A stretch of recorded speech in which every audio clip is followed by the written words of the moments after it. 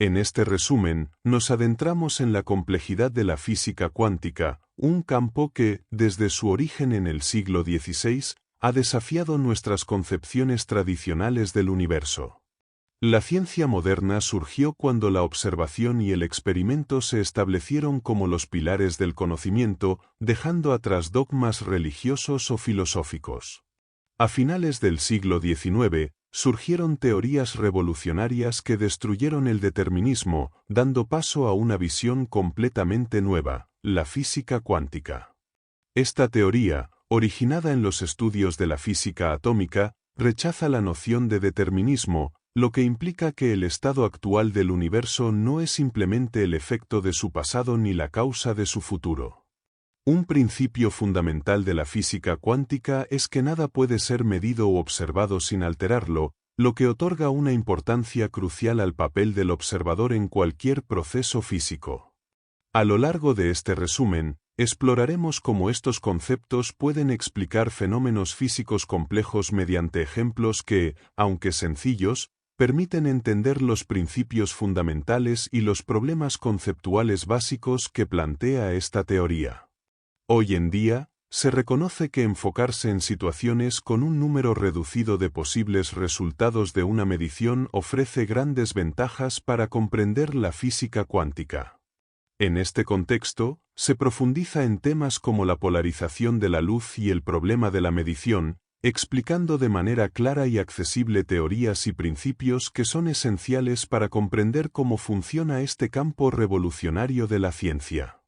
Este análisis no solo ilumina la naturaleza de los procesos cuánticos, sino que también plantea preguntas filosóficas sobre la realidad, el papel del observador y las implicaciones de la teoría cuántica en nuestra visión del universo.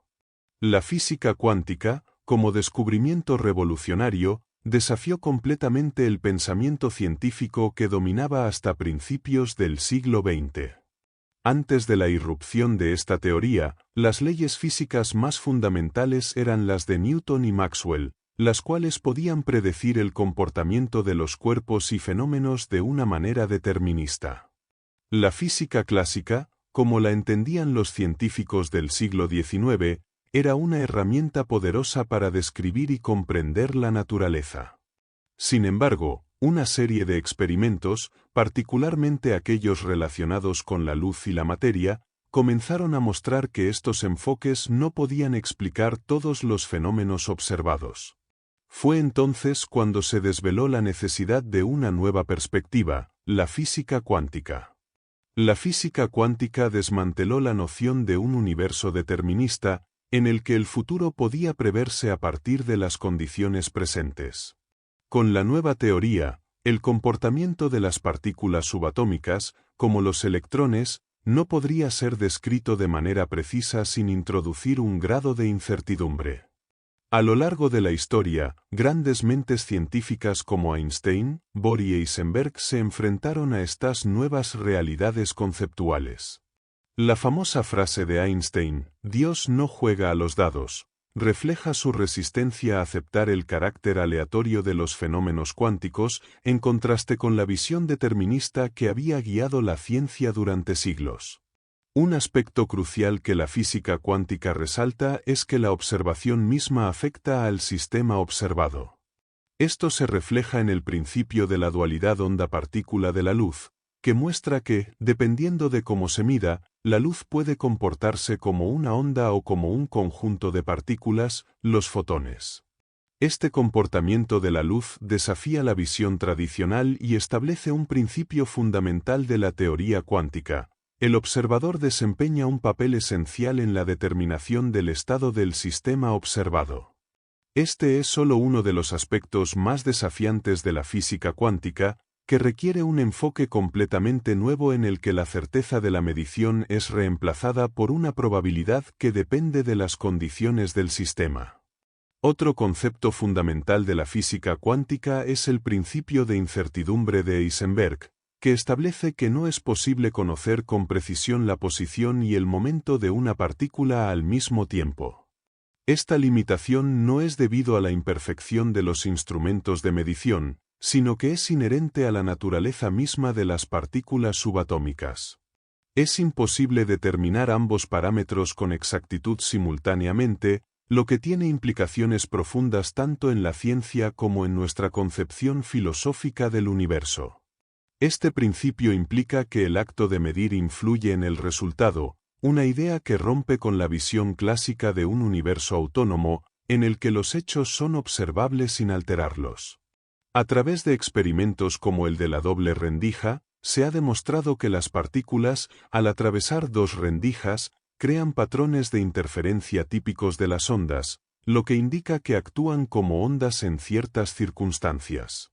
Sin embargo, al intentar observar cuál de las rendijas atraviesa una partícula, el comportamiento de la misma cambia, pasando a comportarse como una partícula.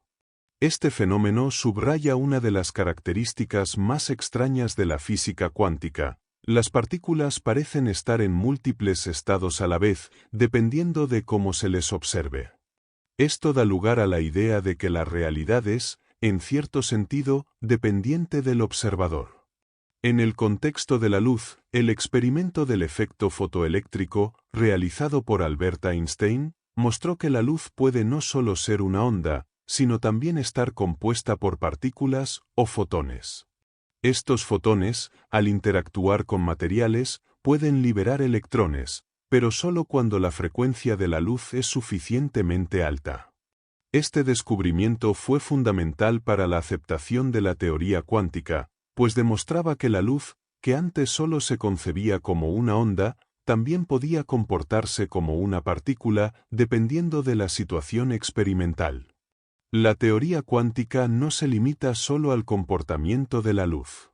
También ha revelado la naturaleza de la materia a través de la propuesta de Louis de Broglie, quien sugirió que las partículas materiales, como los electrones, también poseen propiedades de onda.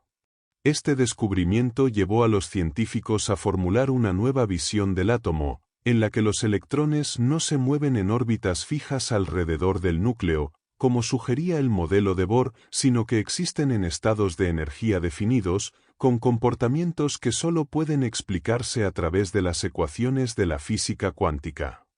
Además de explicar la estructura atómica, la física cuántica ha sido esencial para comprender las interacciones a nivel subatómico, como en el caso de los quarks, que componen partículas más grandes como los protones y neutrones. Estas partículas también tienen propiedades de onda, lo que amplía la aplicación de los conceptos cuánticos a otras áreas de la física, como la física de partículas y la teoría de campos cuánticos. Un área de gran interés que se ha visto profundamente influenciada por la física cuántica es la materia condensada, que abarca fenómenos como la superconductividad, donde ciertos materiales muestran resistencia eléctrica nula a bajas temperaturas, y la semiconductividad, fundamental para la tecnología moderna, en particular los microchips. Los avances en la comprensión de estos fenómenos han sido posibles gracias a los modelos cuánticos, que permiten predecir y explicar estos comportamientos extraordinarios en materiales que parecen desafiar las expectativas tradicionales. Por último, la física cuántica también ha abierto la puerta a nuevos paradigmas en la comprensión de la realidad misma. A medida que la teoría cuántica se desarrolla y se expande, surgen nuevas preguntas sobre la naturaleza del tiempo, la causalidad y la relación entre la mente humana y el universo físico. Estas preguntas no solo desafían nuestra comprensión de la física, sino que también plantean interrogantes filosóficos que aún estamos comenzando a explorar. La teoría cuántica, con su poder explicativo y sus implicaciones profundas, sigue siendo una de las áreas más fascinantes y misteriosas de la ciencia moderna. ¿Hacia dónde apuntan los fotones? En el estudio de la física cuántica, es crucial entender fenómenos aparentemente sencillos, pero que ilustran principios fundamentales y plantean problemas conceptuales clave. En este capítulo, se profundiza en la polarización de la luz, un concepto que, aunque conocido en otros contextos como la recepción de señales de radio o televisión, adquiere una nueva dimensión cuando se analiza desde la perspectiva de la naturaleza fotónica de la luz. La polarización se refiere a la orientación de las vibraciones del campo eléctrico en una onda electromagnética. En el caso de la luz, el campo eléctrico oscila perpendicularmente a la dirección de propagación. Si se utiliza un filtro, como un polarizador, es posible seleccionar una orientación particular para las vibraciones del campo eléctrico, lo que da lugar a luz polarizada. Este fenómeno es evidente cuando se emplea un filtro polarizador como el Polaroid, que filtra la luz, permitiendo que solo pase la componente de la luz orientada en una dirección específica. El proceso de polarización, especialmente cuando se utiliza un polarizador, se puede describir mediante la descomposición del campo eléctrico de la luz en componentes en direcciones específicas, como la horizontal o la vertical. A pesar de que la polarización de la luz parece ser un concepto propio de las ondas, los avances experimentales han mostrado que también se puede asociar a los fotones, las partículas de luz. En situaciones donde la intensidad de la luz es muy baja, la detección de la luz muestra un comportamiento de partículas. En estos casos, los fotones se comportan como partículas discretas que pasan por los canales de un polarizador, emergiendo con una polarización determinada, horizontal o vertical. Esto nos lleva a definir la polarización de un fotón de manera operativa. Si un fotón pasa por el canal horizontal de un polarizador, se considera que está horizontalmente polarizado. Lo mismo ocurre con los fotones que pasan por el canal vertical. Este fenómeno de la polarización de los fotones se complica aún más al considerar que, al realizar una medición de la polarización, el estado del fotón puede cambiar. Si un fotón polarizado a 45 grados se pasa a través de un polarizador que mide la polarización horizontal-vertical, el fotón emergerá en uno de los dos canales de forma completamente aleatoria. Este tipo de medición no conserva la polarización original del fotón. La medición en un canal destruye la información de la polarización en otro canal.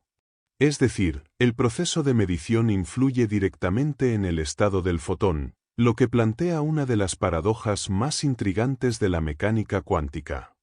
Además, se puede observar que el fotón, al ser medido, pierde su memoria de la polarización anterior. Un fotón con una polarización de 45 grados, al pasar por un polarizador horizontal-vertical, se despolariza en el proceso, perdiendo su orientación anterior hasta que se mida nuevamente. Este efecto es clave para entender cómo la medición en mecánica cuántica no solo determina el estado de un sistema, sino que altera su naturaleza. La física cuántica, por lo tanto, implica una ruptura con la visión clásica, que postulaba que la realidad podía ser descrita sin que la observación misma alterara los resultados. Un caso aún más extraño ocurre cuando un fotón pasa a través de un sistema compuesto por dos polarizadores. Si un fotón con polarización de 45 grados pasa por un primer polarizador, su polarización se divide en componentes horizontales y verticales. Sin embargo, si se utiliza un segundo polarizador, que también mide la polarización a 45 grados, los fotones emergen con la polarización original intacta. Este comportamiento plantea preguntas sobre la naturaleza del fotón y su interacción con los polarizadores, desafiando nuestra comprensión tradicional de las partículas y las ondas.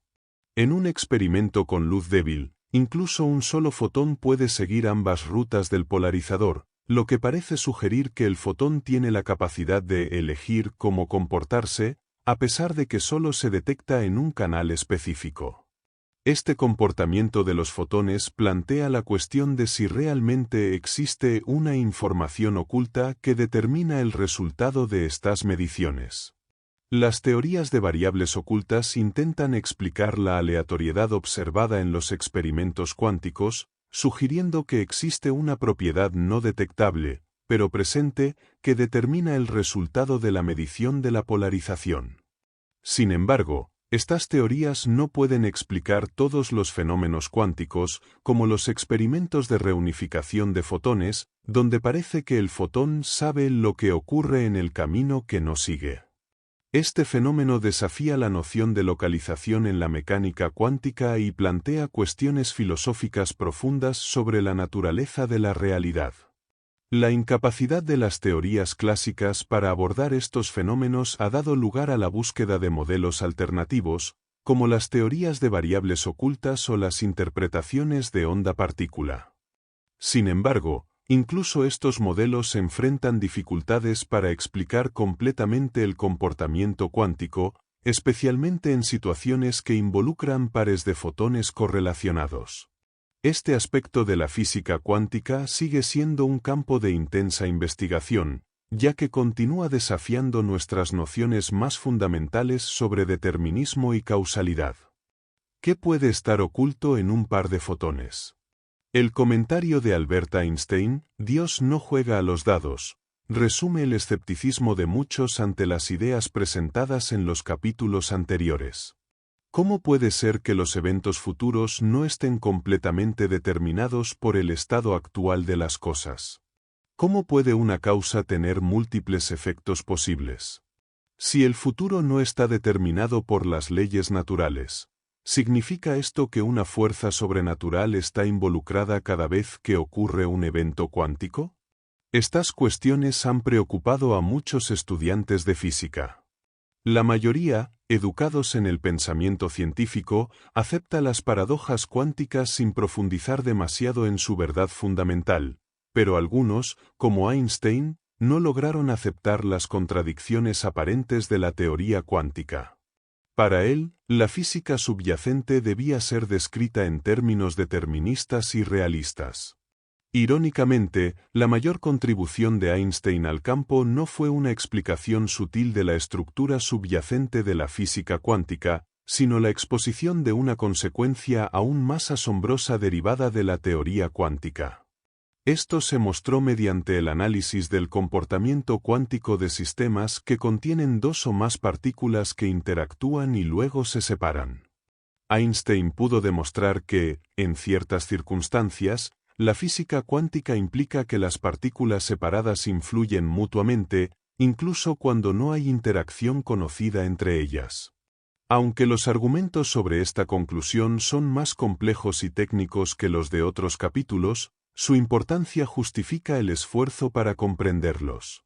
Las ideas que se discutirán en este capítulo fueron presentadas por Einstein, Boris Podolsky y Nathan Rosen en 1935, y por ello el tema se conoce a menudo por sus iniciales EPR.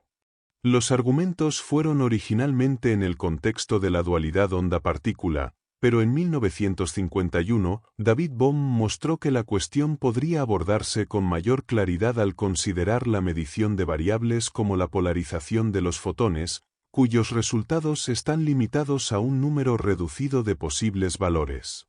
Para entender el problema EPR, consideremos un sistema físico compuesto por átomos que emiten dos fotones en rápida sucesión, cada uno con una longitud de onda diferente, lo que les confiere colores distintos, como rojo y verde.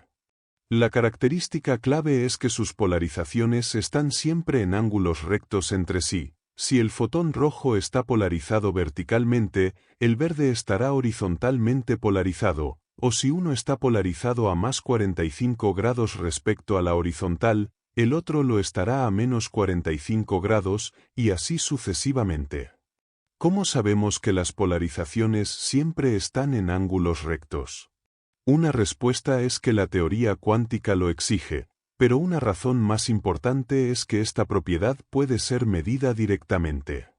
Consideremos un experimento en el que una fuente compuesta por átomos que emiten pares de fotones se coloca entre dos filtros, uno de los cuales permite pasar solo luz roja y el otro luz verde. Cada uno de estos haces de luz se dirige hacia un polarizador HV, como el descrito en el capítulo anterior, y los resultados de las mediciones se registran. La intensidad de la luz emitida se ajusta para que sea lo suficientemente baja como para que los fotones se detecten individualmente. Cuando el aparato se pone en marcha, descubrimos que cada vez que se detecta un fotón en el canal horizontal del polarizador izquierdo, un fotón en el canal vertical del polarizador derecho es detectado, y viceversa. Ahora bien, lo curioso es que el polarizador derecho y los detectores no son necesarios para medir la polarización del fotón derecho. Si ya sabemos que las polarizaciones son siempre perpendiculares entre sí, podemos deducir que, si se detecta un fotón en el canal vertical del polarizador izquierdo, su pareja, el fotón derecho, debe estar polarizada horizontalmente y viceversa. Sin embargo, esto nos plantea un problema interesante. Si la medición de la polarización del fotón izquierdo afecta al fotón derecho a una gran distancia, ¿cómo podría la medición de la polarización del fotón izquierdo influir en el estado del fotón derecho sin ningún tipo de interacción conocida entre ellos? Si rechazamos la idea de que el aparato de medición pueda afectar a un fotón a distancia, necesitamos una nueva explicación de los resultados observados. Una posible explicación sería sugerir que el efecto descrito en el experimento depende crucialmente de la presencia de ambos polarizadores y detectores. En otras palabras, podríamos postular que la interacción con el aparato de medición hace que el fotón derecho se polarice en ángulos perpendiculares al fotón izquierdo, pero de manera determinista, no aleatoria. Esta conclusión es similar a la que alcanzaron Einstein y sus colaboradores en su artículo original, donde postulaban que si podemos predecir con certeza el valor de una cantidad física sin perturbar el sistema, entonces esa cantidad debe ser real. De acuerdo con esta visión, parecería que el resultado de una medición de la polarización de un fotón debe ser determinado de antemano por alguna propiedad oculta del fotón. Esta línea de pensamiento lleva a la conclusión de que la física cuántica no puede ser completa sin postular alguna forma de teoría de variables ocultas, en la que la polarización de los fotones sea determinada por una propiedad oculta antes de que se realice la medición. Sin embargo, cuando se realizan experimentos con pares de fotones, como los experimentos de medición de polarización, y se comparan los resultados con las predicciones de la teoría cuántica, encontramos una discrepancia con las predicciones de las teorías de variables ocultas. Las predicciones cuánticas coinciden con los resultados experimentales, mientras que las teorías de variables ocultas no logran explicar los resultados observados. Este resultado es clave para entender que, aunque las teorías de variables ocultas podrían explicar algunos fenómenos cuánticos, no pueden explicar completamente el comportamiento de los pares de fotones. En 1969, Ion S. Bell formuló lo que se conoce como el teorema de Bell, que demuestra que no existe ninguna teoría de variables ocultas local y determinista que pueda reproducir las predicciones de la física cuántica para experimentos con pares de fotones. Este teorema ha sido el motor de la mayor parte de la investigación teórica y experimental en este campo durante más de 15 años. El teorema de Bell establece que las predicciones de la teoría cuántica son incompatibles con cualquier teoría de variables ocultas que preserve la localidad. Esto implica que la teoría cuántica debe ser la descripción correcta del mundo subatómico, ya que sus predicciones han sido verificadas experimentalmente. Sin embargo, a pesar de que los resultados experimentales coinciden con las predicciones de la teoría cuántica y violan la desigualdad de Bell, hay algunos detalles técnicos que deben tenerse en cuenta en los experimentos. Por ejemplo, la eficiencia de los detectores de fotones y los polarizadores no es del 100%, lo que puede introducir errores en los resultados experimentales. A pesar de esto, los experimentos de Aspect en 1982 y otros más recientes han demostrado que los resultados experimentales violan la desigualdad de Bell y son consistentes con la teoría cuántica. En resumen, los experimentos realizados para probar la desigualdad de Bell han confirmado que la teoría cuántica es la descripción correcta de los fenómenos observados en la física subatómica. La violación de la desigualdad de Bell demuestra que no existe una teoría determinista local que pueda explicar los resultados experimentales. La interpretación de estos resultados, sin embargo, sigue siendo un tema de debate, y en el próximo capítulo se discutirá la interpretación de Copenhague de la mecánica cuántica, que cuestiona incluso la existencia de las partículas antes de ser observadas. ¿Maravilloso Copenhague? El artículo de 1935 de Einstein, Podolsky y Rosen marcó el culminar de un largo debate que comenzó poco después de que se desarrollara la teoría cuántica en la década de 1920. Uno de los principales actores en este debate fue Niels Bohr, un físico danés que trabajó en Copenhague hasta que, como muchos otros científicos europeos de su tiempo, se convirtió en refugiado debido a la invasión alemana durante la Segunda Guerra Mundial. Las ideas de Bohr diferían profundamente de las de Einstein y sus colaboradores sobre varios temas fundamentales, pero fue su enfoque el que finalmente ganó una aceptación general, aunque no universal. Debido a que gran parte del trabajo de Bohr se realizó en esta ciudad, sus ideas, y las derivadas de ellas, llegaron a conocerse como la interpretación de Copenhague.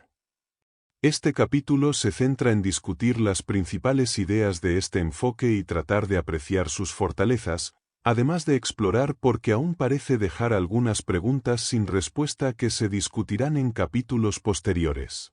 Cuando Einstein dijo que Dios no juega a los dados, se cuenta que Bohr respondió, no le digas a Dios lo que debe hacer. La exactitud histórica de este intercambio puede ser dudosa, pero encapsula las diferencias de enfoque entre ambos. Mientras Einstein abordó la física cuántica con dudas y buscó demostrar su incompletitud, señalando sus contradicciones, Bohr aceptó las ideas cuánticas por completo y exploró sus consecuencias para nuestra forma de pensar sobre el universo físico. Central en la interpretación de Copenhague está la distinción entre el mundo microscópico cuántico y el aparato macroscópico cotidiano que usamos para hacer mediciones. La única información que podemos obtener sobre el mundo cuántico proviene de estas mediciones, las cuales siempre afectan al sistema medido. Por lo tanto, es inútil atribuir propiedades a un sistema cuántico aislado, ya que nunca podremos saber cuáles son. Las propiedades físicas reales solo las posee el sistema combinado del objeto microscópico y el aparato de medición. Para entender mejor estas ideas, consideremos nuevamente el proceso de medición de la polarización de un fotón. Supongamos, como en el capítulo anterior, que un fotón se aproxima a un aparato HV y emerge por uno de los canales, por ejemplo, el canal vertical V. Según Bohr, es incorrecto especular sobre cuál era la polarización del fotón antes de la medición, ya que esto es incognoscible y cualquier intento de medirlo interferiría con él. Después de la medición, sin embargo, tiene sentido decir que el fotón está polarizado verticalmente, porque si lo pasamos a través de un segundo aparato HV, sabremos que ciertamente emergirá por el canal vertical. No obstante, si dirigimos el fotón verticalmente polarizado hacia un polarizador orientado a otro ángulo, por ejemplo, 45° respecto a la horizontal, hasta que no realicemos esta segunda medición, no sabremos por cuál canal de 45 grados el fotón emergerá. Es incorrecto atribuirle una polarización de 45 grados de antemano. El hecho de que una medición generalmente destruya todo conocimiento sobre otra propiedad de un sistema cuántico fue descrito por Bohr como complementariedad. Así, las polarizaciones HV y más menos 45 grados son consideradas variables complementarias cuyos valores nunca podrían medirse simultáneamente, por lo tanto, nunca deben atribuirse a un fotón de manera simultánea. Esta idea es poco sorprendente, dado que la noción de una onda clásica que esté simultáneamente polarizada verticalmente y a 45° respecto a la horizontal es una contradicción en términos. Pero la complementariedad va más allá de esto. Si es incorrecto atribuirle una polarización de 45 grados a un fotón que está polarizado verticalmente, esto implica que no existe una variable oculta que determine el resultado de la medición de 45 grados. Bohr aceptó de buen grado este indeterminismo fundamental de la física cuántica, en lugar de tratar de recuperar un modelo mecanicista mediante alguna forma de teoría de variables ocultas, trató la complementariedad y el indeterminismo como hechos fundamentales de la naturaleza que nuestros estudios de los fenómenos subatómicos nos han llevado a comprender. La analogía de la onda puede hacer que la naturaleza complementaria de las diferentes direcciones de polarización de los fotones parezca razonablemente aceptable, pero la aplicación de esta idea a otros sistemas físicos requiere un cambio mucho más radical en nuestra forma de pensar. Como mostramos en el capítulo 1, es imposible realizar mediciones simultáneas y precisas de la posición y el momento de un electrón. Medir una cantidad hace que el resultado de la medición de la otra sea impredecible. La interpretación de Copenhague dice que, en este caso, no tiene sentido pensar en el electrón como realmente poseyendo una posición o momento particular a menos que estos hayan sido medidos, y si su momento ha sido medido, entonces es inútil decir que está en un lugar específico. Lo mismo ocurre con la dualidad onda-partícula. Cuando la luz o un haz de electrones pasa a través de un aparato de doble rendija, se comporta como una onda, porque en esas circunstancias es una onda. Pero cuando interactúa con un aparato fotográfico o un contador, se comporta como un flujo de partículas, porque en ese contexto, al interactuar con ese aparato, es un flujo de partículas.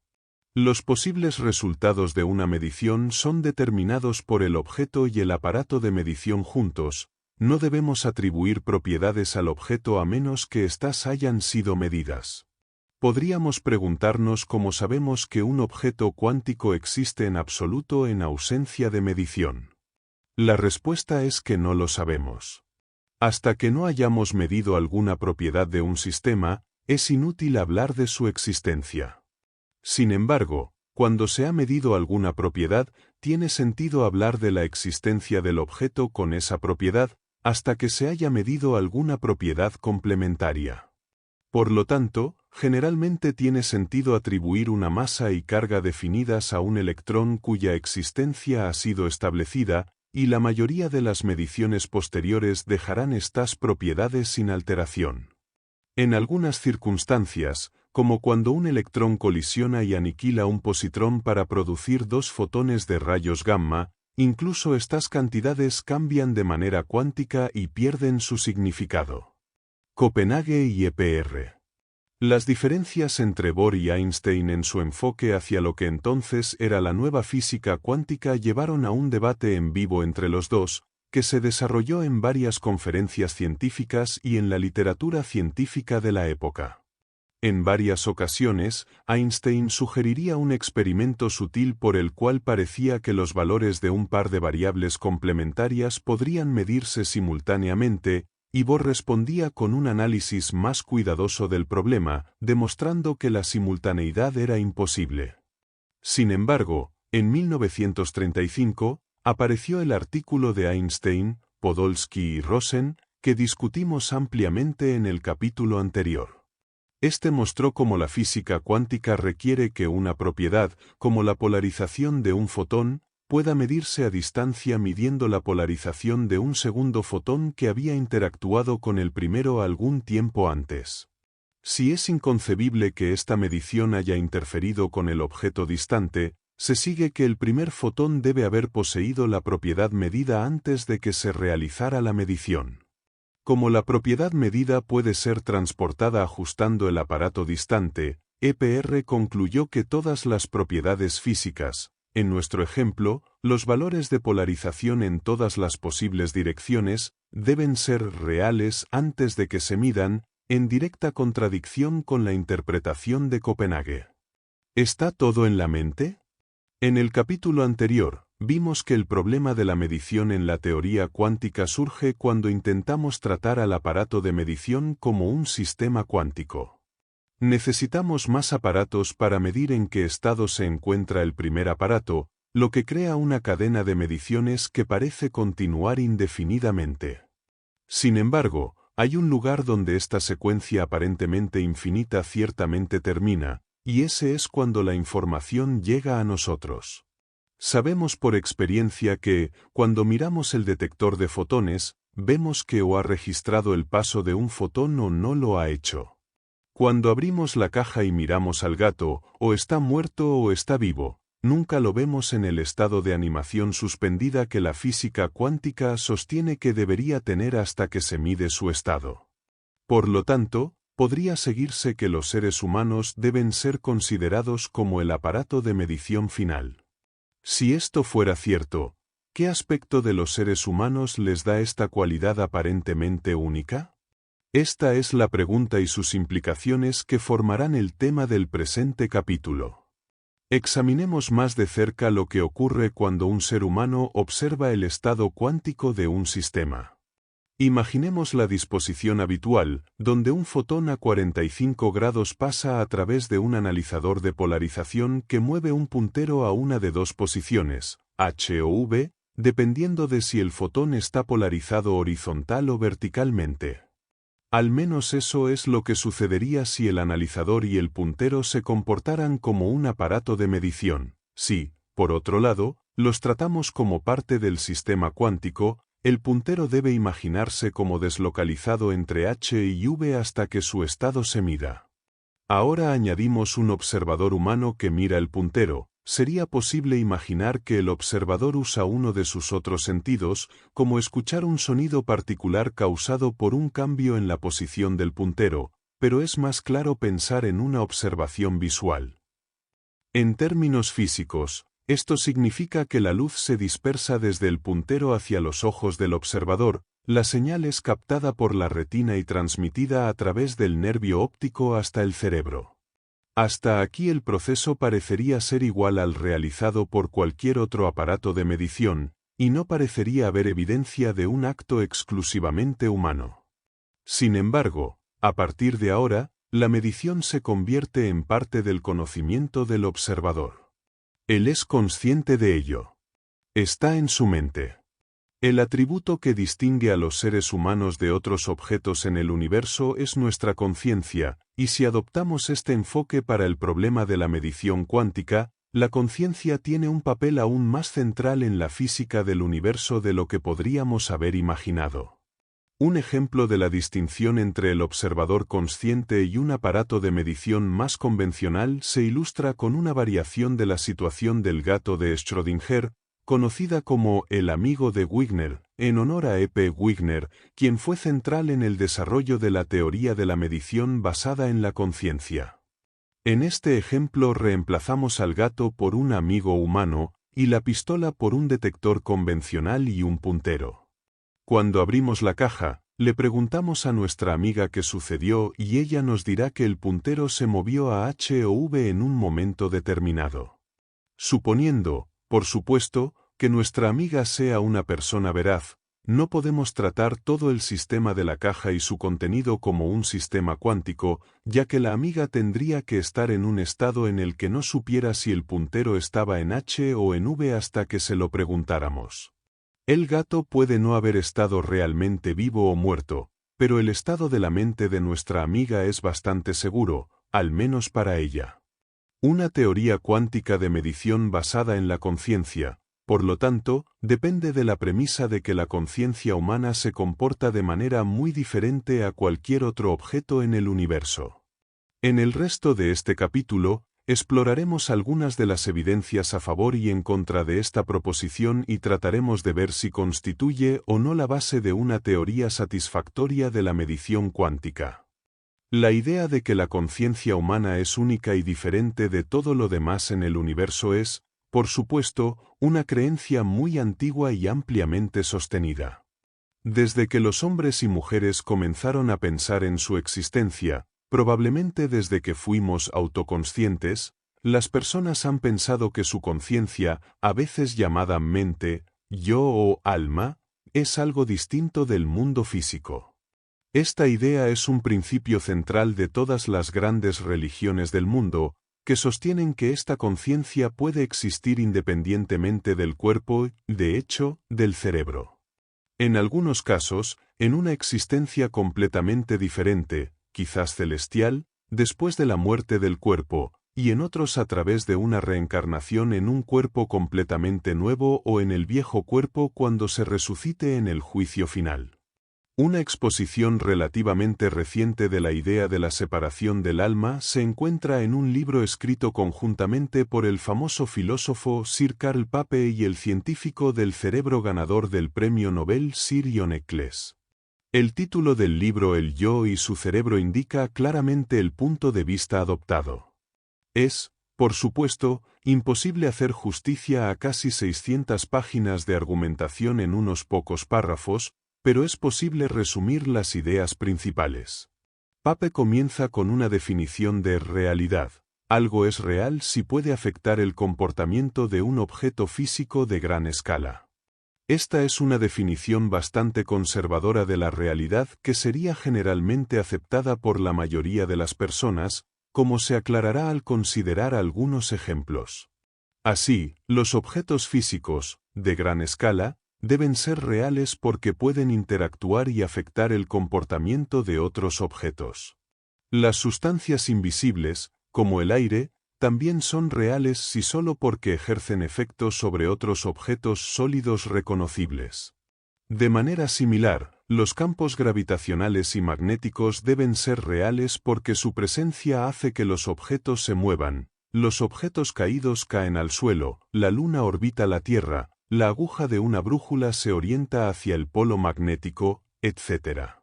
Todos estos objetos, sustancias y campos son descritos por Pape como pertenecientes a lo que él llama el mundo I.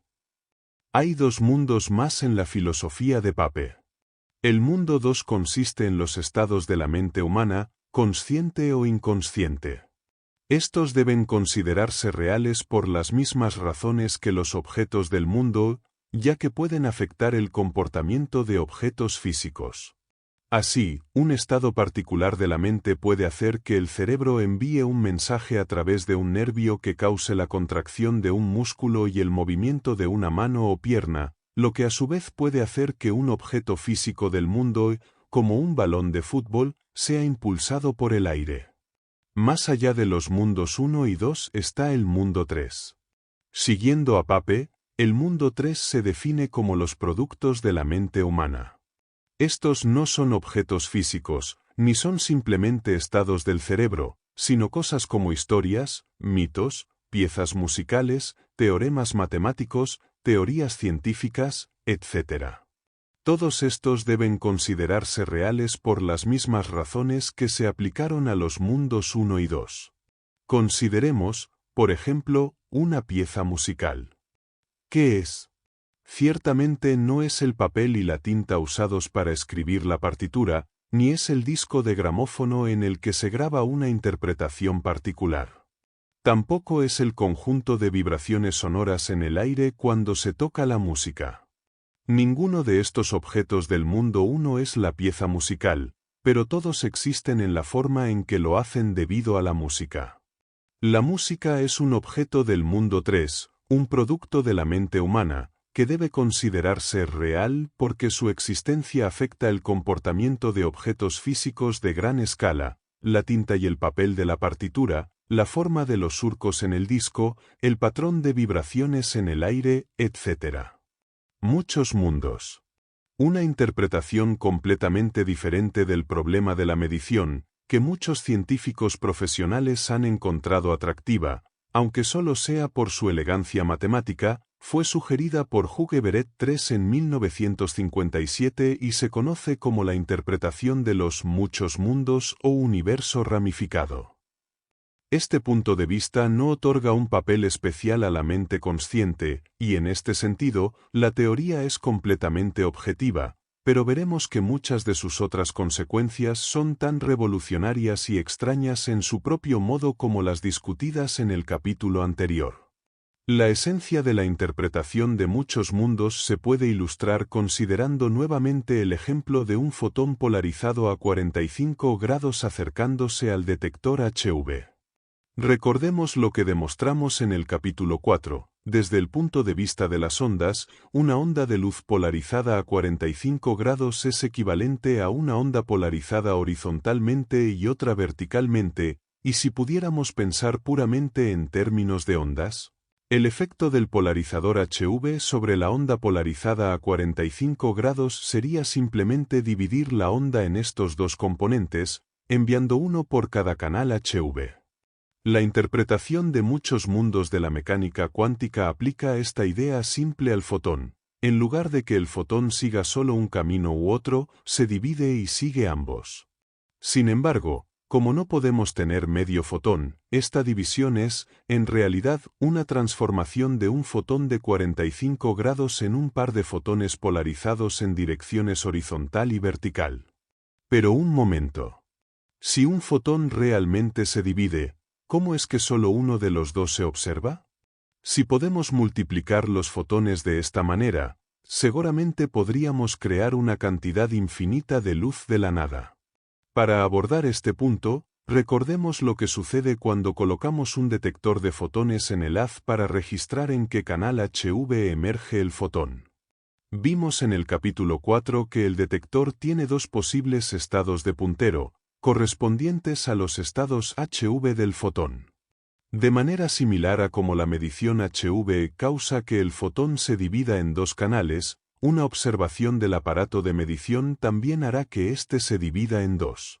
Y así sucesivamente a lo largo de la cadena de medición.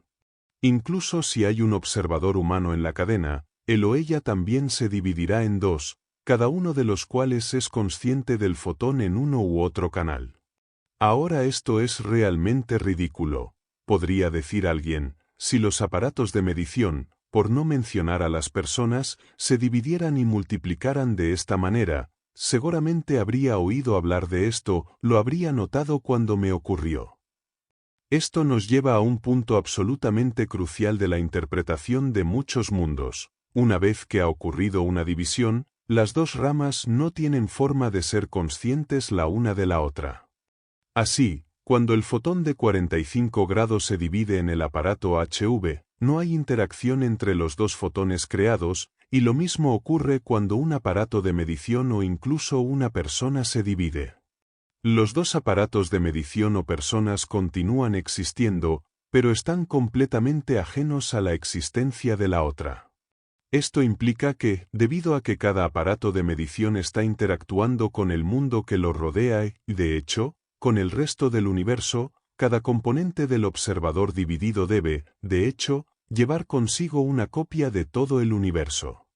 De ahí el término universo ramificado. Siempre que ocurre una medición cuántica, el universo se ramifica en tantos componentes como resultados posibles tenga la medición. Todos en una rama particular piensan que su resultado de la medición y su universo particular son el único que existe. Las diferentes ramas del universo casi nunca se vuelven a juntar. Decimos casi nunca en el último párrafo porque, en ocasiones, es posible una reunión de ramas diferentes. Consideremos el caso de un fotón polarizado a 45 grados que pasa por el aparato HV y luego por un cristal que vuelve a unir los dos canales posibles para recrear el estado original polarizado a 45 grados. Desde el punto de vista de los muchos mundos, el fotón se divide en dos mientras pasa por el aparato, y los dos fotones se reúnen en el cristal. Supongamos ahora que hay detectores en los haces H y V. A medida que los dos fotones entran en sus detectores, los detectores y todo con lo que interactúan también se dividen, pronto, habríamos creado dos nuevas ramas del universo. Pero supongamos que, antes de que la interacción haya ido más lejos, imaginamos que los dos fotones divididos se reúnen y simultáneamente se reconstruyen los estados originales de los detectores. Desde el punto de vista de los muchos mundos, esto correspondería a una fusión de los dos detectores y fotones divididos en entidades únicas, tal como estaban inicialmente.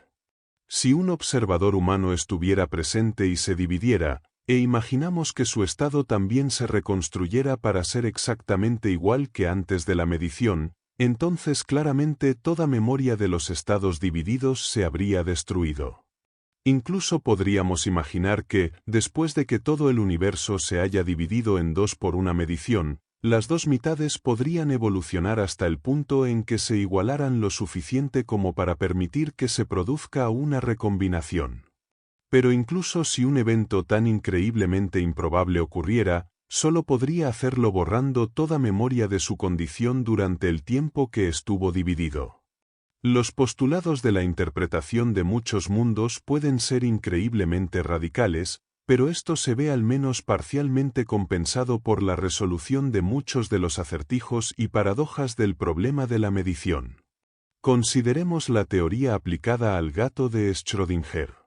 En lugar de preocuparnos por cómo un gato puede estar ni muerto ni vivo, simplemente tenemos dos gatos, uno vivo y uno muerto, cada uno en su propia caja en su propio universo, y dos observadores abriendo su propia caja y sacando sus propias conclusiones sobre el estado del gato, por lo tanto, sobre el fotón. O pensemos en el amigo de Wigner. Ya no tenemos que preocuparnos por si la medición se realiza cuando el amigo observa el fotón o cuando Wigner aprende el resultado. A medida que el fotón pasa a través del aparato de medición, se divide y también lo hacen Wigner, el amigo y todos los demás. En un universo, el amigo ve un fotón polarizado horizontalmente y le dice a Wigner este resultado. En otro lo ve polarizado verticalmente y pasa este mensaje. Una de las características más importantes de la imagen de los muchos mundos es el hecho de que su interpretación parece surgir de manera natural del formalismo matemático, mientras que los enfoques más convencionales requieren suposiciones adicionales asociadas con la distinción entre el sistema cuántico y el aparato de medición. Es difícil apreciar este punto sin entrar en detalles matemáticos más allá de lo adecuado para una discusión a este nivel. Imaginemos cuatro conjuntos separados de aparatos, incluyendo detectores, para medir la polarización HV. Permitimos que un fotón pase a través de uno de los conjuntos de aparatos y asumimos, como de costumbre, que cada fotón está en un estado de polarización de 45 grados antes de la medición. Luego repetimos el experimento con otros fotones y los otros tres conjuntos de aparatos y consideramos lo que la idea del universo ramificado tiene que decir sobre esta secuencia de operaciones. Inicialmente, solo hay un universo en el que ninguno de los cuatro detectores ha registrado un fotón. Esto se describe con el símbolo 0000 a la izquierda de la red en la figura 6.1. Supongamos ahora que uno de los fotones pasa a través de uno de los polarizadores. Esto tiene el efecto de dividir el universo en dos, uno de los cuales tiene sus detectores en el estado OH y el otro en el estado 000V. Continuamos pasando los fotones uno a la vez hasta que todos los cuatro han sido medidos. Ahora tenemos un total de 16 universos que representan todas las posibles permutaciones de H y V. Si ahora examinamos cuántas veces se registraron fotones H y V en un universo particular, encontramos que 6 universos registraron 2H y 2 voltios, otros 4 1H y 3 voltios, y en solo un universo cada uno se observó 4H o 4 voltios. ¿Es una cuestión de tamaño? Los últimos dos capítulos han descrito dos puntos de vista extremos sobre el problema de la medición cuántica. Por un lado, se sugirió que las leyes de la física cuántica son válidas para todos los sistemas físicos, pero se descomponen en la mente consciente, que se asume como no física. Por otro lado, la interpretación de los muchos mundos sostiene que las leyes de la física se aplican de manera universal, y que se produce una ramificación del universo en cada situación de medición o en algún otro punto del proceso cuántico. Sin embargo, aunque estos enfoques representan extremos opuestos en un sentido, lo que ambos tienen en común es el deseo de preservar la teoría cuántica como la única teoría fundamental y universal que puede explicar igualmente las propiedades de los átomos y las partículas subatómicas, así como los detectores, contadores y gatos.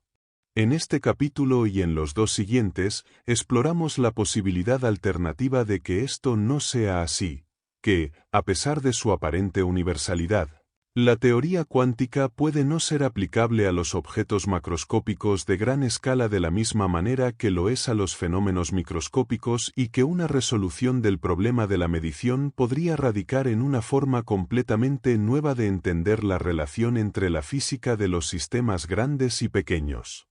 El primer punto que debemos destacar es que los problemas que hemos estado discutiendo parecen tener muy poca diferencia en la práctica. La física cuántica ha sido probablemente la teoría más exitosa de la ciencia moderna. Dondequiera que se pueda probar, ya sea en el comportamiento exótico de las partículas fundamentales o en el funcionamiento del chip de silicio, las predicciones cuánticas siempre han estado en completa concordancia con los resultados experimentales. Entonces, ¿cómo han resuelto los físicos el problema de la medición? La respuesta es bastante simple. En la práctica, los físicos aplican la interpretación de Copenhague, sabiendo perfectamente cuándo se ha realizado una medición y cuál es la distinción entre un sistema cuántico y un aparato de medición. Un detector de fotones, como un tubo fotomultiplicador con su fuente de alta tensión y sus circuitos electrónicos, nunca podría ser analizado en detalle mediante cálculos cuánticos, y los físicos no tienen dificultades prácticas para distinguir entre procesos de medición, como cuando una partícula es detectada por tal aparato, y procesos puramente cuánticos, como cuando un fotón pasa a través de un polarizador sin ser detectado. Sin embargo, si se nos pidiera definir esta distinción de manera coherente, muchos de nosotros encontraríamos difícil establecer con claridad dónde comienza la línea divisoria. Si vamos a resolver el problema de la medición en este punto, tendremos que encontrar una forma de hacer esta distinción de manera coherente. No puede ser solo una cuestión de las dimensiones físicas del aparato de medición, porque vimos en nuestra discusión sobre el problema EPR en el capítulo 3 que las correlaciones cuánticas pueden observarse a grandes distancias, varios metros en el experimento de Aspect. ¿Qué otra propiedad marca claramente la distinción entre un aparato de medición y un sistema cuántico sobre el que se hacen mediciones? En este capítulo exploramos la posibilidad de que el factor clave pueda ser el hecho de que el aparato de medición está compuesto por una gran cantidad de partículas atómicas, mientras que en los próximos dos capítulos consideramos si la distinción podría radicar en la naturaleza del proceso de medición.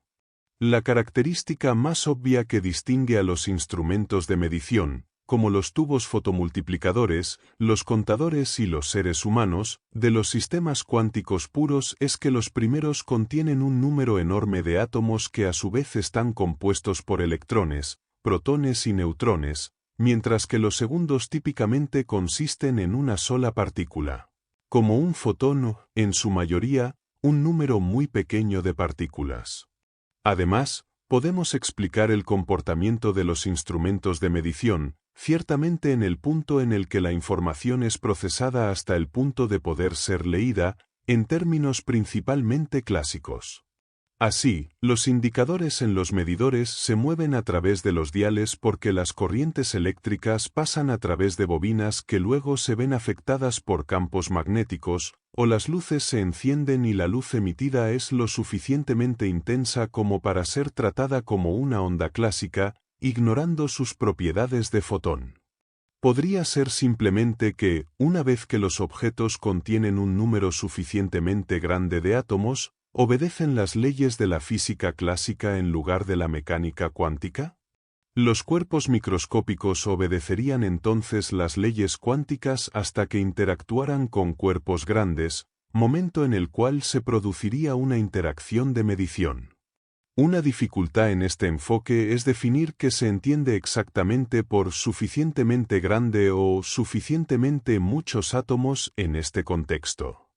Sin embargo, un instrumento de medición típico podría contener 10 elevado a 23 átomos, que es mucho más que uno o dos, y es completamente concebible que las leyes fundamentales de la física contengan términos que actualmente no conocemos, que tengan un efecto insignificante cuando solo hay unas pocas partículas en un sistema, pero que se vuelvan apreciables cuando el número de partículas es grande.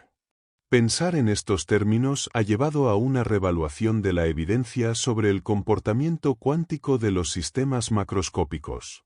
Se ha reconocido durante mucho tiempo que, aunque los cuerpos macroscópicos puedan parecer comportarse de manera clásica, muchas de sus propiedades resultan del comportamiento cuántico de los componentes microscópicos del sistema. Por ejemplo, el hecho de que algunas sustancias sean metales que conducen electricidad mientras que otras son aislantes o semiconductores se debe a las propiedades cuánticas de los electrones en el sólido. De manera similar, las propiedades térmicas de un sólido, como su calor específico o su conductividad térmica, dependen del movimiento cuántico de los átomos en él. Podría pensarse, por lo tanto, que el comportamiento cuántico de los sistemas macroscópicos es un hecho bien establecido. Sin embargo, hay una característica del proceso de medición que no se refleja en tales consideraciones. Esta es que cuando se hace un registro de una medición, los estados de un gran número de partículas cambian al mismo tiempo. Por ejemplo, cuando un indicador se mueve a través de un dial, todos los átomos se mueven juntos, o cuando se enciende una luz, es el movimiento colectivo de los electrones en el cable lo que da lugar a la corriente eléctrica que ilumina la bombilla. Tal movimiento cooperativo de un gran número de partículas es una característica esencial de todos los eventos macroscópicos observables, y en particular, de los instrumentos de medición. ¿Podría ser que la teoría cuántica se descomponga justo cuando tales movimientos colectivos a gran escala estén involucrados? Hacia atrás y hacia adelante. Las dificultades de realizar pruebas directas del comportamiento cuántico puro de un aparato de medición macroscópico. Debido a las perturbaciones térmicas aleatorias, el gran número de átomos que constituyen el indicador oscilante casi con certeza hará que se desplace en una u otra dirección. Incluso la deslocalización del flujo magnético en un skid aún no ha sido observada de manera definitiva. Esto nos lleva a considerar otra posible salida para el problema de la medición. ¿Podría ser que los procesos térmicos aleatorios sean una parte esencial de cualquier medición, no solo en teoría, sino en principio? Si adoptáramos consistentemente este punto de vista, podríamos entonces hacer la distinción entre procesos cuánticos puros y mediciones, sin referirnos directamente al tamaño o al número de partículas en un sistema. Así, un indicador oscilante ideal, si tal cosa pudiera existir, o un flujo cuántico deslocalizado en un skid estarían en la misma categoría que el fotón de 45 grados que pasa a través del aparato HV. Ninguno de estos sistemas podría considerarse en un estado cuántico definido hasta que fuera medido por un aparato en el que la presencia de movimiento térmico aleatorio juegue un papel crucial. Este enfoque al problema de la medición será el tema de este capítulo y el siguiente. Veremos que, aunque proporciona una posible salida a nuestras dificultades, cuando se sigue hasta sus conclusiones lógicas, implica un cambio revolucionario en nuestra forma de pensar sobre el universo físico, comparable en su radicalismo con cualquier otro que se haya encontrado en la historia del pensamiento científico. Registros indelebles. Una característica importante de cualquier medición real es que se hace un registro. Con esto no nos referimos necesariamente a que el resultado se anote en un cuaderno o incluso que el aparato esté conectado a una computadora con memoria, aunque cualquiera de estos procesos constituiría la creación de un registro. Sino simplemente que algo en algún lugar del universo siempre será diferente debido a que el resultado de la medición tiene un valor particular. Así, el fotón que pasa a través de un detector provoca el paso de una corriente que puede hacer que se encienda una luz o que un contador se desplace a una nueva posición. Pero incluso si esto no ocurre, la corriente que pasa por el detector habrá causado un pequeño calentamiento del aire a su alrededor, lo que moverá un poco el aire de manera diferente a como lo haría de otra forma. Cualquier cambio de este tipo dejará su marca, o registro, aunque sea tan pequeño que sea prácticamente indetectable. Por el contrario, un evento cuántico sin medición no deja ningún registro de su ocurrencia. Cuando el fotón de 45 grados pasa a través del polarizador HV, pero luego su estado original es reconstruido, no hay, casi por definición, ningún registro de por qué canal HV pasó. En presencia de un detector, en cambio, el estado original de 45 grados solo puede reconstruirse si, al mismo tiempo, borramos el registro devolviendo el contador y todo con lo que haya interactuado a su estado original. Para resolver el problema de la medición, Solo necesitamos postular que tal proceso es imposible y que los registros creados por los instrumentos de medición no pueden borrarse, sino que son indelebles. De alguna manera, esto no parece ser una postulación particularmente radical. Después de todo, hemos visto que la probabilidad de que todas las partículas en el detector y sus alrededores vuelvan exactamente a sus posiciones originales es extremadamente pequeña. Pero en realidad estamos haciendo una distinción profunda entre los procesos cuánticos que preservan su plena potencialidad para reconstruir el estado original, y los procesos de medición en los que se hace un registro y esta potencialidad ya no existe. La resolución del problema de la medición requiere que tales registros sean indelebles en principio, no solo en la práctica. Irreversibilidad. En nuestra discusión sobre el indicador oscilante en el capítulo anterior, vimos que era el movimiento térmico aleatorio de los átomos lo que, en la práctica, impedía que los dos movimientos del péndulo se cancelaran, y también que procesos similares hacían que la observación de la deslocalización de flujo en un skid fuera muy difícil de observar. Esto podría sugerir que deberíamos mirar a la rama de la física que trata estos fenómenos térmicos para una posible comprensión de la distinción entre los procesos en los que se hacen registros y aquellos que pueden ser completamente revertidos de modo que no quede rastro de su ocurrencia. La rama de la física que discute tales fenómenos es conocida como termodinámica, y efectivamente contiene tal distinción entre lo que se conoce como procesos reversibles e irreversibles. Esto se encuentra en lo que se conoce como la segunda ley de la termodinámica, una ley que tuvo más publicidad que la mayoría de las leyes de la física cuando contador público Snow, en su famoso ensayo Las dos culturas, sugirió que algún entendimiento de ella debería esperarse de cualquier no científico que reclame un conocimiento razonable de la cultura científica. Hay varias formas de enunciar la segunda ley, desde la entropía del universo siempre aumenta hasta nada viene de la nada, pero para nuestros fines, la idea básica probablemente se resume mejor con la afirmación de que cualquier sistema aislado siempre tiende a un estado de mayor desorden. Como ejemplo, considere lo que sucede si tenemos un gas en un recipiente con una partición en el medio. Inicialmente, supongamos que todo el gas está de un lado de la partición. Esto se podría lograr, por ejemplo, bombeando todo el gas del otro lado. Si ahora abrimos la partición, ¿qué ocurrirá? Obviamente, todo el gas se expandirá rápidamente para llenar todo el recipiente, y si lo dejamos en paz, nunca esperamos encontrarlo de nuevo todo en un solo lado. Como las moléculas tienen más espacio para moverse en todo el recipiente que en una de sus secciones, están más desordenadas en el primer caso, lo que por lo tanto es favorecido por la segunda ley.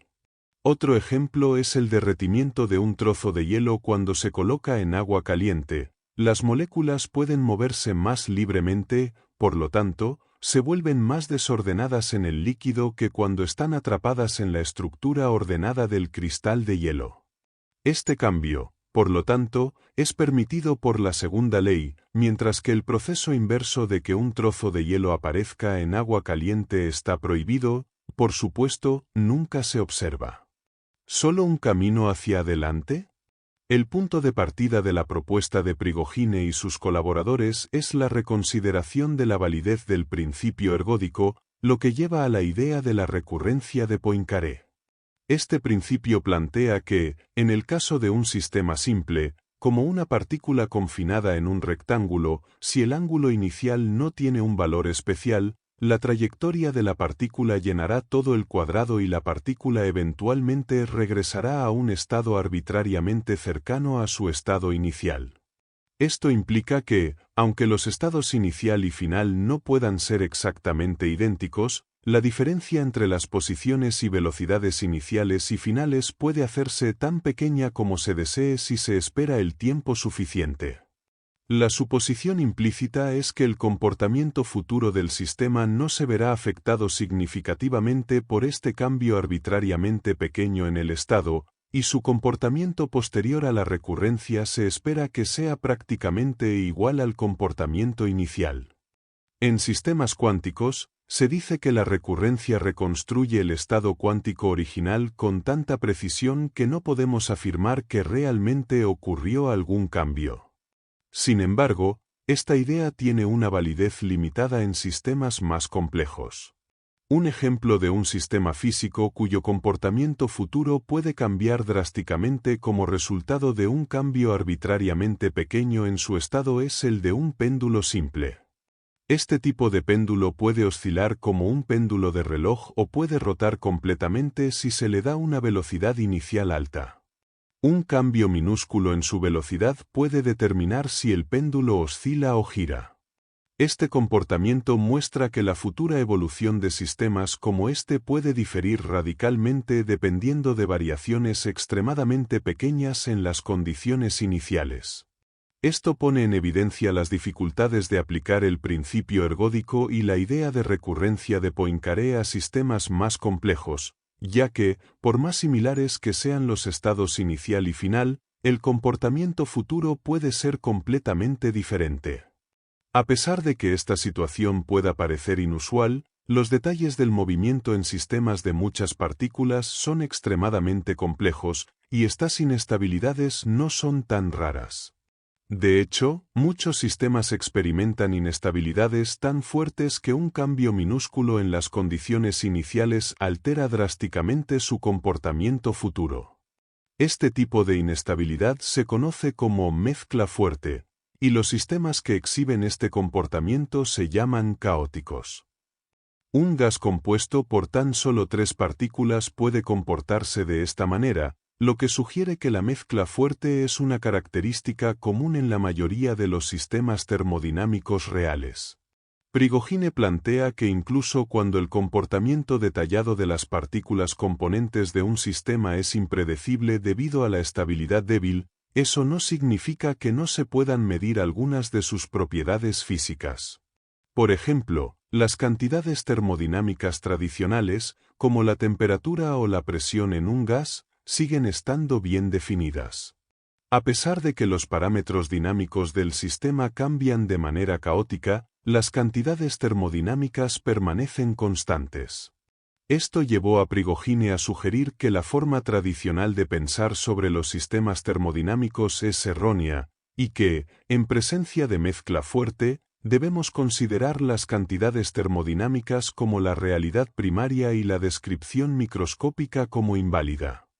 Según este enfoque, la segunda ley de la termodinámica debe considerarse como una ley fundamental y no solo como una regla estadística. Este cambio de perspectiva también implica que el indeterminismo se convierte en una parte implícita de la física clásica. La incapacidad para predecir el movimiento futuro de los componentes de un sistema de muchas partículas ya no se considera una limitación de nuestras habilidades experimentales o computacionales, sino una consecuencia inevitable de las leyes de la naturaleza. Según esta visión, la irreversibilidad es la ley fundamental, y la reversibilidad es la aproximación que se aplica solo en circunstancias muy especiales, como en sistemas donde las partículas están efectivamente desacopladas de su interacción con el resto del universo. ¿Ilusión o realidad? Ahora que hemos completado un recorrido por los problemas conceptuales de la física cuántica y algunas de sus posibles soluciones, ¿qué podemos concluir de todo esto? Una cosa que debe quedar clara es que existe un amplio campo para que cada uno forme su propia opinión, pero hay una decepcionante falta de pruebas experimentales viables que puedan confirmar o refutar nuestras ideas. Por esta razón, en este capítulo he decidido abandonar el uso convencional del nosotros científico y emplear el pronombre en primera persona singular siempre que esté expresando una opinión, en lugar de describir un hecho objetivo o una idea científica ampliamente aceptada. Esto no significa que los capítulos anteriores hayan estado completamente libres de sesgo personal, pero he intentado mantener una mayor objetividad en esos apartados, algo que no será tan apropiado de aquí en adelante. Quiero referirme brevemente a una forma de pensar sobre los problemas filosóficos conocida como positivismo. Resumido en la frase de Wittgenstein, de lo que no se puede hablar, mejor es callar, el positivismo sostiene que las cuestiones que no son verificables son no cuestionables, lo que hace que intentar responderlas carezca de sentido. Así, el famoso debate medieval sobre cuántos ángulos pueden bailar en la punta de un alfiler no tiene contenido, ya que los ángulos no pueden ser observados ni medidos, y por lo tanto, cualquier conclusión a la que lleguemos sobre ellos nunca podrá ser probada. Este tipo de pensamiento puede ser beneficioso para cortar a través de un enredo de ideas y palabrería, pero llevado al extremo puede conducirnos a un punto donde muchas afirmaciones obviamente aceptables y aparentemente significativas sean descartadas como sin sentido. Otro término utilizado para categorizar las afirmaciones en ciencia es falsabilidad. Este concepto fue subrayado por el filósofo Sir Karl Popper, quien sugirió que la diferencia entre las afirmaciones científicas y otras es que siempre debe ser posible pensar en una prueba experimental cuyo resultado pueda demostrar que la afirmación es falsa. De esta manera, la ley de la gravitación de Newton sería falsada si una manzana o cualquier otro objeto se dejara caer desde el reposo y no cayera al suelo. Sin embargo, muchas teorías sobre eventos fuera de la ciencia, particularmente aquellas sobre religión y política, no están sometidas a tal prueba. No importa qué hechos se observen, los principios de esas teorías permanecen intactos. Algunos sostienen que las afirmaciones no falsables son sin sentido, pero Popper siempre argumentó en contra de esta visión y del positivismo en general. Una forma de positivismo es claramente una parte importante del pensamiento detrás de la interpretación de Copenhague. Si la naturaleza misma de la configuración experimental excluye cualquier posibilidad de medir una cantidad física, ¿puede esa cantidad tener realidad o es solo una ilusión? Desde el punto de vista de alguien educado, o tal vez condicionado, por la tradición de Copenhague, la respuesta sería sí, esto es una ilusión, la partícula no tiene una posición, no es realmente una partícula, a menos que el experimento esté diseñado para medir esta propiedad. Sin embargo, soy muy consciente de que este tipo de pensamiento no es algo que nos llegue de forma fácil o natural, sino que parece imponerse a medida que se desarrolla la física cuántica. A fines del siglo XIX, algunos pensadores argumentaban desde un punto de vista positivista que la idea de que la materia estaba compuesta de átomos era una hipótesis igualmente sin sentido, ya que no podía ser probada directamente, pero ahora todos aceptamos la existencia de los átomos como un hecho objetivo verificable. Sin embargo, la interpretación de Copenhague nos deja con el problema de la medición. Si la realidad es solo lo que se observa y la física cuántica es universal, ¿quién o qué es lo que observa? Si el gato es un objeto cuántico, ¿qué es lo que decide si está vivo o muerto, o incluso si existe, dentro o fuera de la caja? En este punto, el puro positivista podría sugerir que no debemos ir más allá. Es una pregunta sin sentido, diría, no importa si es tu conciencia, el aparato macroscópico o el cambio irreversible lo que hace que el gato esté vivo o muerto, o incluso si existe una multiplicidad de gatos en cada universo, ya que no hay un experimento que decida una u otra cosa. Tal vez esto sea cierto, tal vez sea una no pregunta, pero es una no pregunta fascinante sobre la que tengo opiniones que, al menos para mí, son reales. Si es sin sentido distinguir entre la idea de un mundo real allí afuera y la proposición de que todo es solo mis impresiones sensoriales, entonces me resulta difícil pensar en alguna declaración que tenga sentido. El objetivo de la ciencia debe ser alcanzar una descripción objetiva del universo físico. Puede ser que una teoría basada en la conciencia y el subjetivismo sea consistente con los hechos observados, pero encuentro sus implicaciones, como la no existencia de un universo físico hasta que una mente evolucione para observarlo, totalmente inaceptables. Preferiría creer casi en cualquier otra teoría que preservara alguna forma de objetividad. Por otro lado, existe la visión extrema de que un número inconmensurable de otros universos realmente existe y que la idea de que tenemos solo un yo en un solo universo es una ilusión. El hecho de que esta teoría tenga algo de credibilidad desmiente la idea de que todos los científicos son positivistas.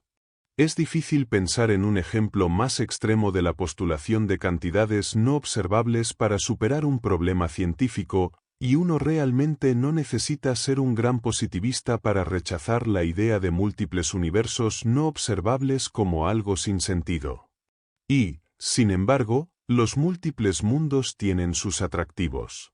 Estos radican principalmente en el hecho de que es la única teoría que parece preservar la física cuántica como la única teoría universal del mundo físico, capaz de describir todos los fenómenos desde los más pequeños hasta los más grandes sin necesidad de postulados adicionales, barata en suposiciones, aunque cara en universos.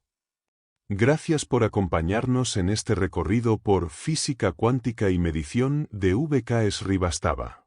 Esperamos que estas reflexiones te hayan inspirado a profundizar en el fascinante mundo de la física cuántica y los complejos problemas de medición que desafían nuestra comprensión de la realidad. Queremos agradecer al autor por compartir su conocimiento y experiencia en este campo, proporcionando una perspectiva única que amplía nuestra comprensión sobre el papel del observador en los experimentos cuánticos y cómo estos conceptos afectan nuestra visión del universo. No olvides suscribirte, dejar tu comentario y compartir este vídeo si te ha sido útil. Nos vemos en el próximo resumen.